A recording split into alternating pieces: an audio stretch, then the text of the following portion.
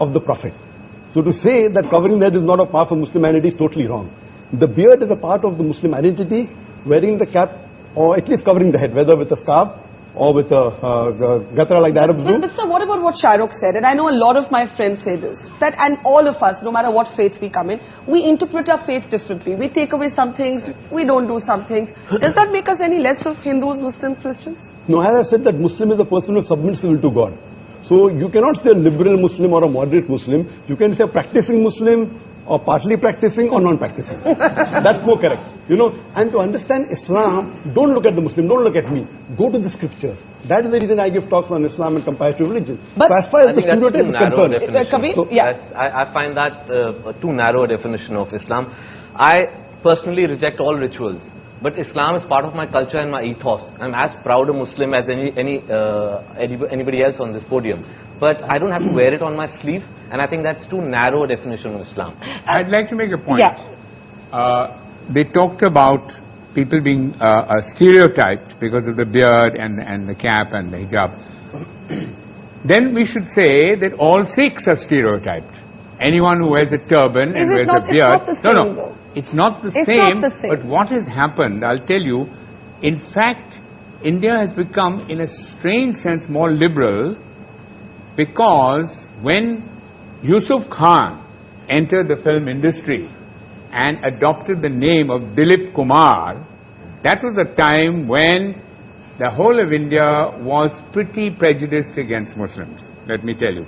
And Meena Kumari, who was she? She was also a Muslim. Why were all the names? Shahrukh is an amazing example of a Muslim who is now the Badshah of Bollywood with a Muslim name. He didn't have to change his name. So something has happened. Would you have ever changed your name? To Akshay Kumar, yes. I would never change my name. Now the reverse is happening, Barkha. I know of boys who come from small towns, want to become actors. They change their name to Khan because they think that's the badge of honor. That's the way to go. Of success. No, it's Khan or Kapoor. Sorry, Najib? But Dilip Kumar has now become Allah Rakha Rahman. Yeah. So that's the change. But now he's no longer a star. Yeah, Shahrukh, you want to make a point, and then Soha and Madani. Yeah, I just want to say one thing. That, you know, I just want to know very clearly, and I'm a Muslim, and I want to know: is it more important for me to look Muslim and see Muslim, or to feel Muslim? I fully respect the scriptures. I fully respect all the hadiths. I have read the Quran in my own way, in Arabic and in English. But I think its time has come, and this genuinely is an appeal, that it is more important to feel Muslim, to feel Hindu, than to look it. And if you do, if you do, it's absolutely cool. And if you don't, it's absolutely cool. Doctor, I quick response to that, and I got two guests waiting to speak. The best is to practice Muslim, is number one. Yes. Appearing is important, but lower down. I'm not saying appearing is the most important. For a person to practice Islam is more important. Beard comes lower down. Beard is not in the 70 major sins that it's not there. But you know, what about what Kabir is saying? And there was a story of a young boy whom I interviewed, who studies in a convent school in Madhya Pradesh. And he's a poor boy. And the school rules wouldn't allow him to wear a beard. He went all the way to the Supreme Court to say, I must be allowed to keep my beard. Otherwise, I prefer not to study. And he actually dropped out of school for a while because of that. The Supreme Court eventually ruled in his favor. And that is my next question, and I want to take that to Madani Saab. Madani Saab, you're a very interesting character for me, because at one level, you have organized, as Alex said, all of these fatwas against terrorism and all of that. But you also had a resolution against the singing of Vande Mataram. And these kind of resolutions, I know many of my friends would say is what stereotypes Muslims. बात ये है कि वंदे मातरम गाना बिल्कुल अलग चीज है। अलग चीज है। हाँ, गाने के लिए जिद करना बिल्कुल एक अलग चीज है। कोई जबरदस्ती गवाना चाहे और नहीं गाएं, या हम ये कहें हम नहीं गाते, तो फिर हम स्टीरियोटाइप हो जाएंगे। टेररिज्म की मुखालिफत करेंगे तो बहुत अच्छे हो जाएंगे। ये जो डबल मामला चलता है, ये ठीक नहीं। अभी मेरे दाढ़ी नहीं हो और कुर्ता पैजामा नहीं हो, ये भी जो पगड़ी से तो लोग बहुत डरते हैं ना, कहते हैं ये तो एक बच्चा एयरपोर्ट पे कहता है मदनी साहब मामा मामा देखो बिन लादेन जा रहा है ना।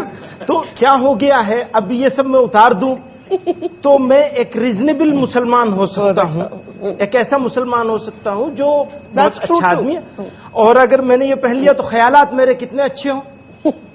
ख्यालात, नजरियात, आइडियोलॉजी, ये है बेसिक चीज, या बेसिक चीज हमारी दिखने वाली चीज है। That's the reverse stereotype, that the moment you see the beard and the skull cap, it's got to be a fundamentalist. Question, I want to get Soha, and she's been listening very patiently all this while.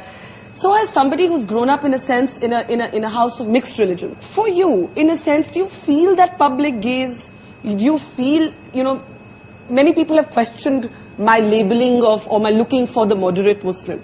Yet there are others who say that we don't hear enough moderate voices. We either hear the religious voices, or we hear the non-believing Because I don't think anybody is really interested in what the moderate Muslim has to say, because it's not very interesting. It's sort of boring. We're represented by extremists who have violent opinions, perhaps. I'm talking about vandals. And I think maybe also more recently, I was asking my mother when I was asked to come on this show. I said, in your time, when you married my father, and you had an interreligious marriage, which presumably at that time, 40 years ago, was more controversial than it is today. Were you ever asked to defend your identity, to defend your choice of religion, what it means to be Hindu or Muslim, the way that we are today? And she said, no, not at all. It was a no-comment issue. You just said no comment and you moved on in life. Over the past, maybe ever since I've been in cinema, certainly, it's an issue. And there is, people do ask me, do you feel aggravated by what is happening as a Muslim? Do you feel the need to stand up for your religion because it is being misrepresented in the media? And I think for me, religion is a very private matter. It's between my maker and me, and it's not something that I would want to discuss in any public forum, even this one. We should be talking about an Indian identity as opposed to a Muslim identity, I think. Okay, I'm going to take that as my cue to take a break. But is it, as I said to Alec earlier, is it that simple? Is there also a sort of denial within the community? Is the secular debate caught up in a certain amount of dishonesty? And there's also the reverse stereotype. We'll take a quick break and then we'll take the questions that I'm sure a lot of people have here that's coming up after the break.